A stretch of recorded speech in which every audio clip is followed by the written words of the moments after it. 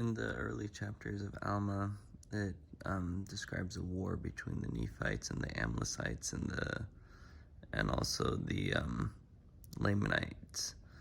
And the Nephites win the war, and Alma here is talking about, well, I guess this is Mormon actually talking about all of the people who died, and the Nephites having to take care of the dead bodies.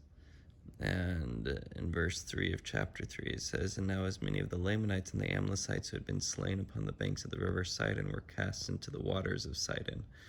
And behold, their bones are in the depths of the sea, and they are many." Now, what I find interesting, so Sidon becomes a burial place, right? That water, they're thrown into the water, and it's a place where dead bodies go. It's a burial place. And then in chapter 4, verse 4, it says, "And they began to establish the church more fully." This is after the war.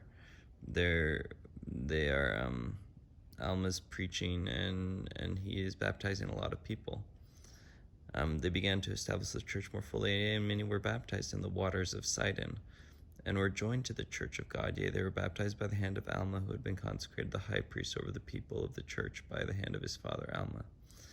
And I think the symbolism here is interesting, that baptism symbolizes the way that people are baptized, at least for the Nephites, is people were submerged completely in the water and brought forth out of the water, and it was a symbol of the resurrection and of the old person dying and a new person coming up through Christ. And that symbolism becomes even more poignant when you're baptizing them in a literal burial ground, in a place where they had literally thrown dead bodies before, that they are submerged, and like all those dead bodies, they are symbolically dead, and then they come back up out of the water with new life.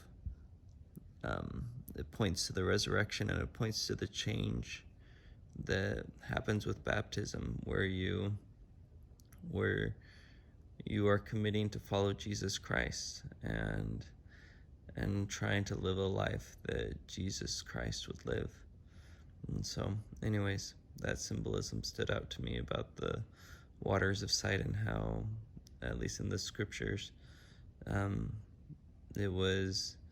they were literally going to a place that was a burial ground, and then symbolically letting their old selves die in that burial ground and being pulled back out of the burial ground, out of death, through Jesus Christ.